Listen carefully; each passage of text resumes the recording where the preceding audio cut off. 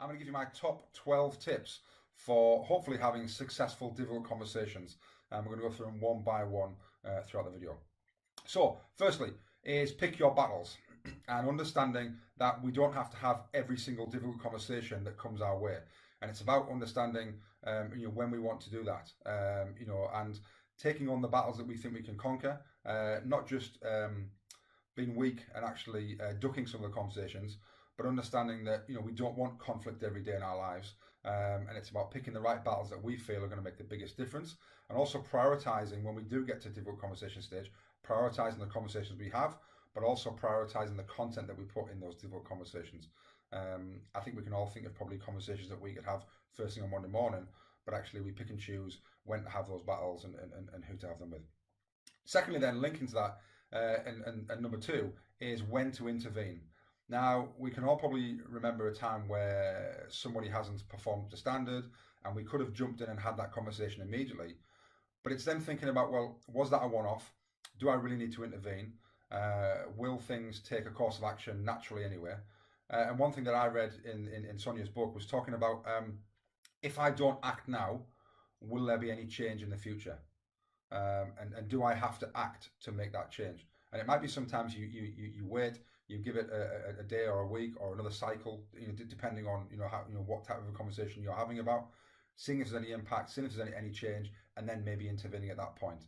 But just making sure, let's not all pick every battle at every first opportunity and go into our schools thinking that we've really got to create conflict immediately. Okay, number three is not having the conversation without any evidence. So making sure that we have the evidence to back up anything we're going to say in a conversation. Now this can be interesting when someone has passed some information to you and you're having to have the conversation on behalf of somebody else. And that's happened to me quite a few times in my career when people have said, oh, I need you to do this, or I've seen this, can you speak to this member of staff? And it's always about making sure, well, yes, I'm happy to do that, but I need all the evidence with me, because it's quite easy for that person to say, yes, but you didn't see that, or you weren't there, or that's not really how it went. And it's making sure that you have got all the evidence to back up everything you're going to say in that meeting, so there's no wiggle room, and there's no way that can come back on you, that actually you've had a conversation that you maybe didn't need to have, or you shouldn't have had. And that can be quite frustrating as a leader being put in that position. Number four is then looking at what's the outcome that you want from the conversation. And we should always go into this really thinking about, what do I want out of this? And it shouldn't just be to get something off your chest, or to tell somebody off, or to give someone a piece of your mind. It's, what do I want from the end of this? Do I want them to be a better classroom practitioner? Do I want them to meet those deadlines? Do I want them to make more impact on their development plan? Whatever it may be, but understanding, what actually do you want? What's the result of this meeting going to be? And it can't just be that it's an emotional result and an emotional kind of impact that I feel better because I've had that meeting. Always link back to student outcomes, your school priorities. Why are you having this meeting? What should be the result of this afterwards? And if you focus on that and keep focusing on that within the meeting, then it can make it a lot clearer why you're having it and what result we want from the end of it. Next, and really the biggest one, number five here, and this spans a lot of things, is planning the conversation. Really, really important to not go into a meeting unprepared, unplanned, in the heat of the emotion, and say things that you maybe didn't want to say. So making sure that you plan that meeting and that you rehearse it in your head prior to do that. Making sure that you are really thinking about how you're going to say things, what you're going to say, and it's useful to then actually bullet point down some of the main points that you want to cover in the meeting, because people can be quite good at distracting you and taking you off tangent in the meeting.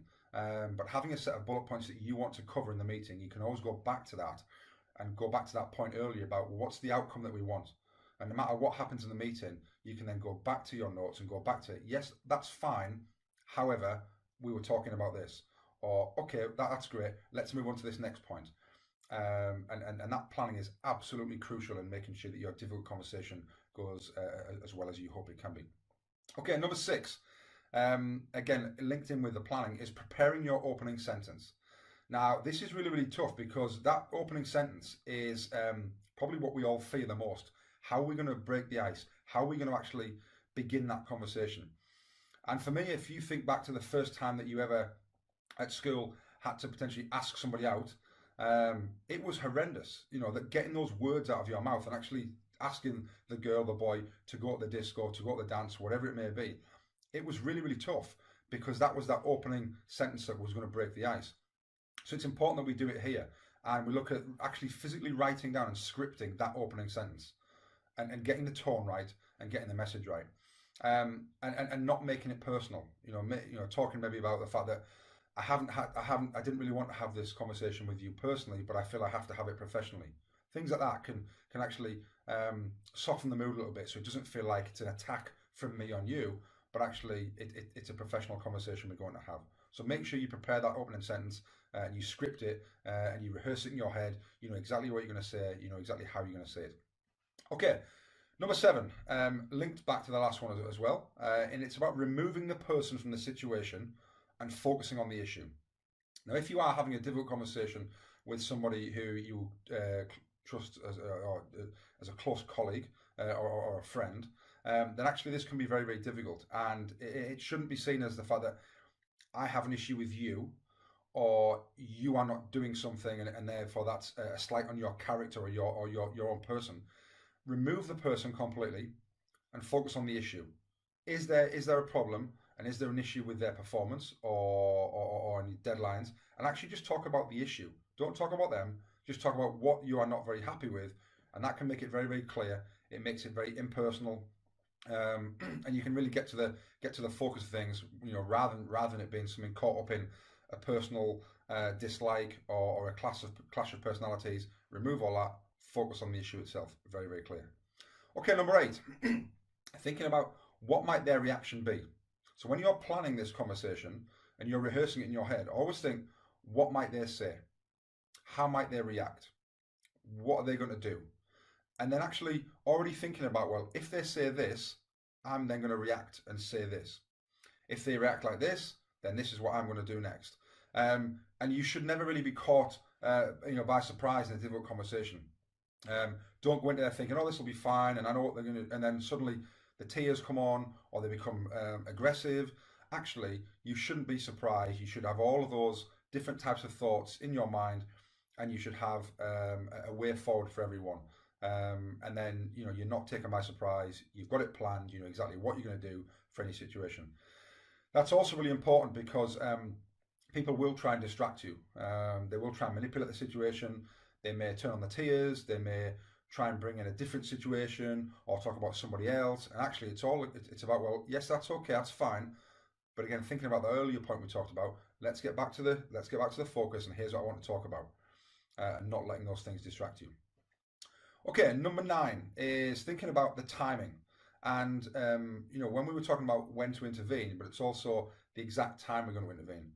So, is a Friday afternoon right before the weekend the perfect time to have a difficult conversation? Now, you might say, yes, it is, because they've got time to think about it over the weekend. But equally, do you want someone to be sweating about it over the weekend? And is that the lasting impression of work and of you as a leader that they want to take home on a Friday? Because what are they going to do? They're probably going to talk to their husband or their wife, their partner. They might talk to their kids about it. They might talk to someone in the pub about it. And it kind of festers over a weekend. Sometimes it might be very difficult because there might be an emergency situation where you need to actually tackle it at a certain point. But the other side of it is, well, would you also want to do it first thing on a Monday morning? First thing on a day when they're about to teach 4 or 5 lessons? Is that the right time? And I think ultimately there is no hard and fast rule about when the exact time is and the right time is, but it's just about, have you thought about that though?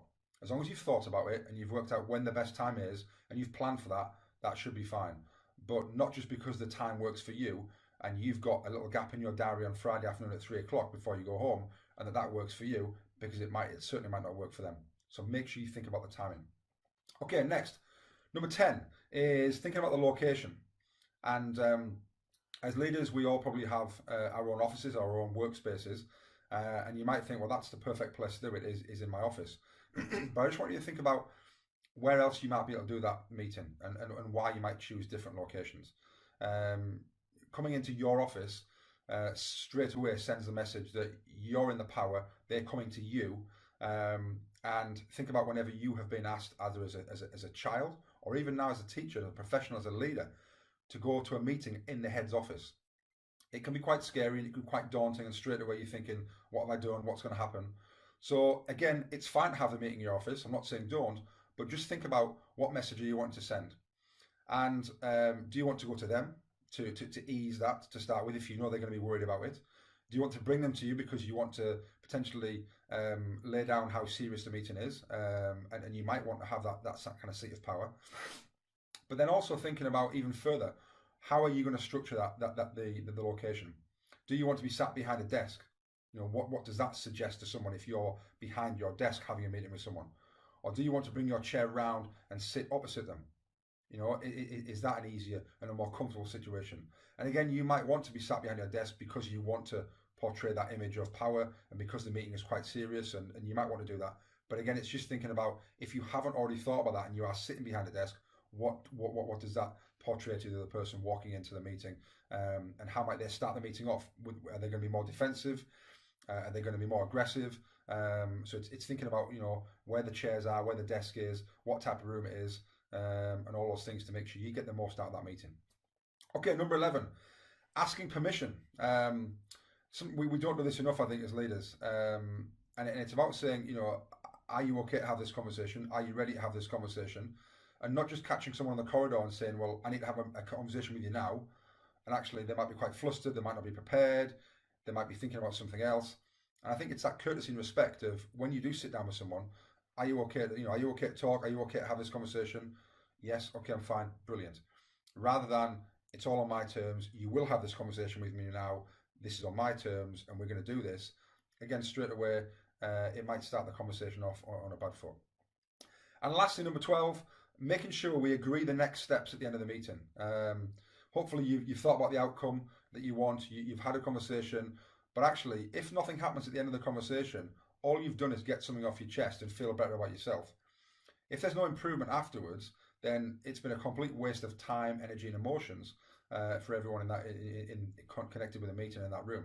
So make sure we agree next steps. So, okay, from here, this is what we're going to do. Or even agree. From here, what do you think we should do? How are we going to move this forward? Get them to come up with the next steps so they've got the ownership, and you can agree then that, okay, this is what we'll see, by which deadlines, by which times, in what manner. So everyone's very, very clear that when you leave and when they leave that meeting room, wherever it may be, your office or somewhere else, everyone is very clear on what the next steps are, what's going to happen, and what's not going to happen next. Okay, so they were my top 12 tips for having successful difficult conversations.